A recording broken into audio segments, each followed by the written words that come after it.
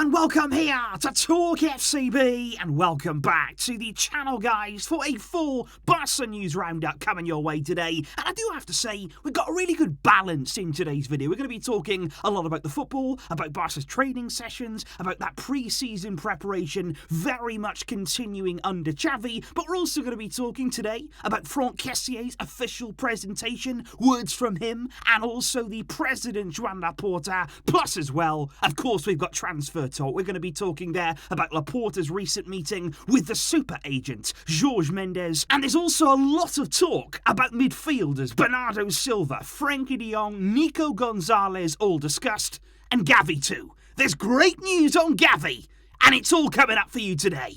So get comfortable, try and relax if you can, and let's do this. But if we do, first of all, kick off with some official information, because Barca have now confirmed their replacement for Roma for the Joan Gamper Trophy after, of course, they withdrew at the very, very last minute. Barca now will be facing off against the Mexican side, Pumas, and that will be coming there live from the Camp Nou, the 7-time champions of Mexico. That should be a really, really fantastic occasion. And Barca Femini, they will play their Gamper match against Montpellier, and a quick shout out there to Alexia Putellas. Really, really sad scenes with her, because just ahead of the Euros, literally the day before the European Championship started this summer, she yesterday suffered an ACL injury. She's going to be out for a number of months, and I really do wish her a very, very speedy recovery. The Ballon d'Or winner, best women's player in the world, out injured. Real shame. But on the Barca front, of course, Xavi's preparations have been very much continuing. The team, as of right now, gone through 3 training sessions in total since returning there for pre-season. 1 on Monday evening, and they had a double session there on Tuesday, 1 in the morning and 1 late in the evening. And Xavi, clearly, he's wasting no time, getting straight back into things and down to business. And I want to talk especially about Pedri, because obviously we've seen a number of players there going through their paces and really putting in the work in pre-season, but I just think again here with Pedri, he's come back after the summer and he looks in tremendous shape. He again seems to have added even more muscle, and that is interesting, because it seems like every single time that Pedri is injured, when he has a setback, when he's out for a little bit of time, he actually comes back every single time stronger. And I mean that mentally as well as physically, because really here again he seems to have put in a lot of hard work. He looks in really, really good shape, and I cannot wait to see him back out there again on the field, and especially, and I hope, with this man, because we've seen a lot of them together throughout the pre-season so far, Ansu Fati and Pedri, and that's a combination, by the way, that we have been robbed of so far. At Barca, these are 2 of the very, very best talents that the whole footballing world has to offer.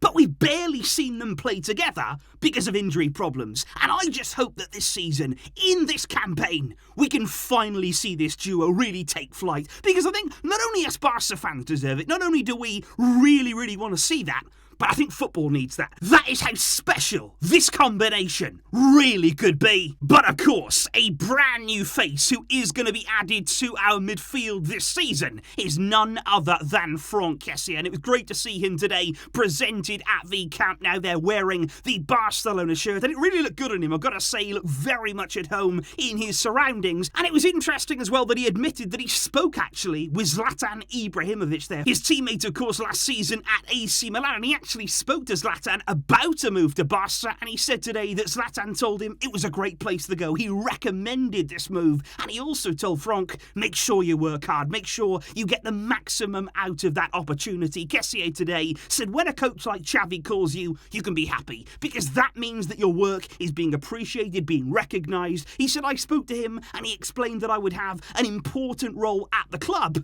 But it was actually to this next quote there that, following on from that, it really tells you a lot, I feel, about Kessie's mentality and about the way that he sees himself and his opportunity here at Barca. Because he went on to say, I don't see myself as a starter. He said, you've got to work. You don't win your place in the team with your mouth, just by talking. He said, but by working in training. That's how you do it. That is where the coach will make his decisions. And he seems exactly the kind of player here who's not going to come in and just relax now and think, okay, I've made it to Barca. He is going to snatch this opportunity. He is going to work tirelessly there to be involved in Xavi's team. And I think Xavi himself is going to really enjoy having the option of Kessie, having the characteristics that he can can bring, the unique talent that he can be in midfield.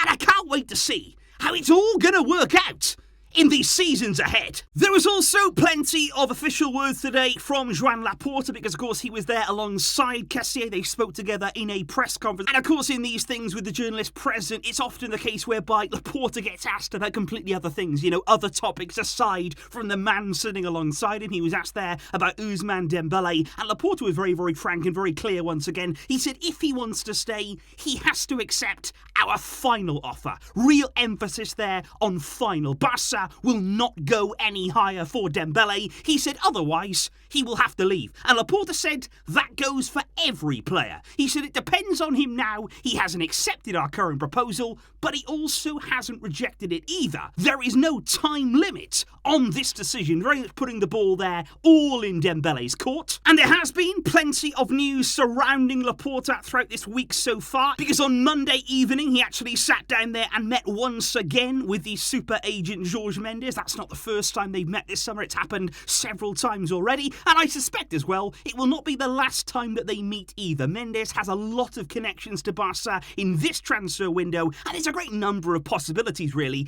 as to why the two of them may have met on Monday. One thing though that I do have to stress before we go into what may have been said in that meeting is that despite what you may hear, all the crazy rumours that may be emerging, it had nothing, and I mean nothing, to do with Ronaldo. Because although Cristiano is desperately looking for a way right now out of Manchester United, any club, any super club who will be looking to take him on, Barca, they're not going to be one of those. We are not interested in Ronaldo. We're not in the market for him, and he was not discussed there between Laporta and Mendes. Somebody who might have been, though, is certainly Jules Koundé, because it's interesting there that Jorge Mendes also appears to have taken on quite a leadership kind of role in these negotiations. He appears to be the sort of mediator there between Sevilla and Barca when it comes to Koundé, because Laporta, I think, is he's sort of leaning on that good relationship there that he has with Mendes to come together here and in these kind of deals work on something together that will sort of mutually benefit everybody involved. And Gerard Romero last night actually confirmed that Barca now have a full and complete agreement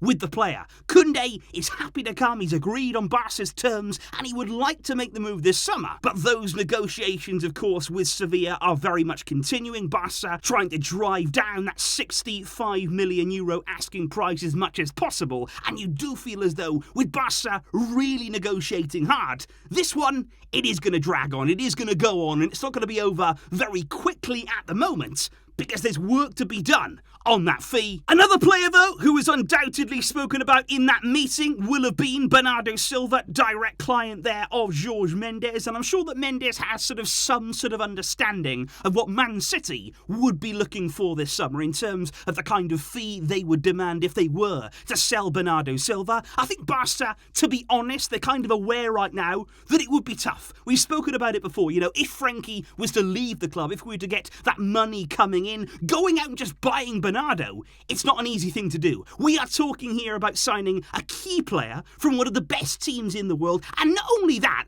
but also one of the richest teams. When you're trying to do business there with somebody who effectively doesn't need the money, it is very, very difficult to do. Now, Barca, they would like to try and sign Bernardo Silva. Romero says for between 60 to 70 million there, plus additional variables. But I think that would be a big ask. I really do there. I think you would be looking at more money than that Man City would demand for Bernardo. But like I say, all of this anyway does depend on the future of Frenkie de Jong. And during that Kessie presentation, Laporta was also asked about Frenkie once again. Very similar quotes he came out with to what we heard him say just a few days ago. He said Frenkie de Jong is a Barcelona player. He said we do have offers for him, but he's not for sale. And we don't want to sell him. But again, Laporta just slips in there, not unless we have no other choice, not unless we have to. So again, don't want to sell, but the option still remains there. And that's why we can't guarantee that de Jong will still be at the club come the new season. We spoke in depth, didn't we, on Monday there over on MORETALKFCB about that wage issue with Frenkie de Jong, about that current contract and why Barca are so keen to try and negotiate that at all costs. But I think speaking of midfielders, especially there when you're talking about the futures of Frenkie, Bernardo, sort of unknown, unclear right now, well, what then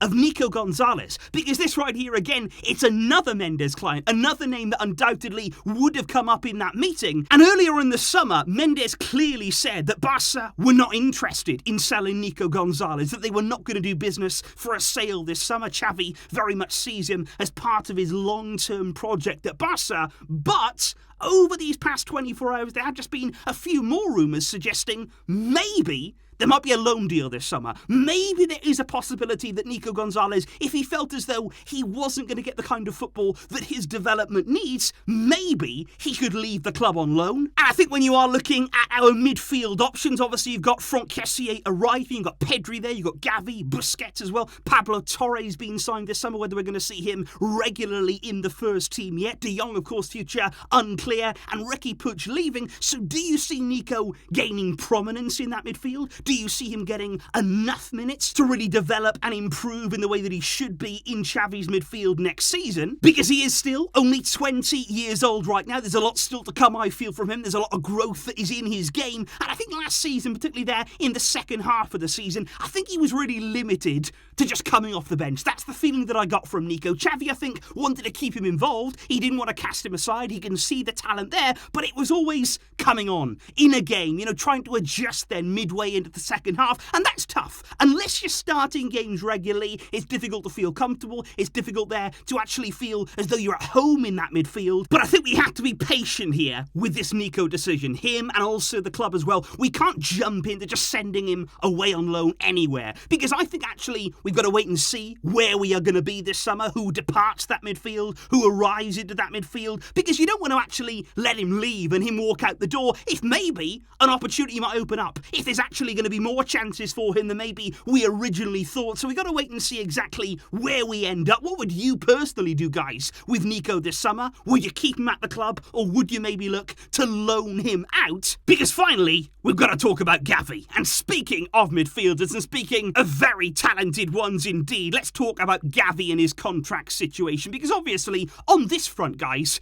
we've been waiting all summer long, week after week after week, waiting. We've been hearing that things are going well, that he's going to renew his contract at Barca. We've all been sort of comfortable with the situation, but we've also all been thinking, what's the delay? What are we waiting for? Let's get the deal done. But finally today, Mattia Almani, he actually confirmed the situation. He actually says, we've got an agreement with Gavi and his agent to renew, but he did say until he's 18, we can't actually register him on a deal. We can't agree a deal there for longer than 3 years. And of course, Barca do want to do that. They want to tie him down there on a long-term deal. So he said small details need to be sorted until that time. But the commitment with his agent is 100%. So Gavi right now will turn 18 years old on August the 5th. It's incredible, isn't it, that he still isn't 18, given the talent that this young man has, given the maturity that he showed in his performances. And of course, we might need to wait now one more month before that renewal is officially confirmed, and it will be a long-term deal. But it will be worth the wait, and at least we can wait around now knowing there's an explanation. There's a reason why that announcement is taking a bit more time. We can have some peace and relax for now, because Gavi, he's staying right here. So that there, guys, was indeed the latest news on Barca right now. A full update there across everything that is happening at the club right now. Please do let me know your thoughts down below on everything that we have discussed today, from the pre-season training to Franck Kessie's official announcement, the words from Laporta, and indeed that meeting there with Jorge Mendes, which covers any number of possibilities in the summer transfer window. I will look forward, of course, to hearing from you guys. Thank you indeed for all of the super thanks donations, for all of the Patreons, the YouTube members, and everybody coming back here today. It's been a pleasure so far this summer, and long may it continue as Barca build up now to that brand new season. I will see you all soon. Thank you indeed for watching, but until next time, as always, Visca El Barça!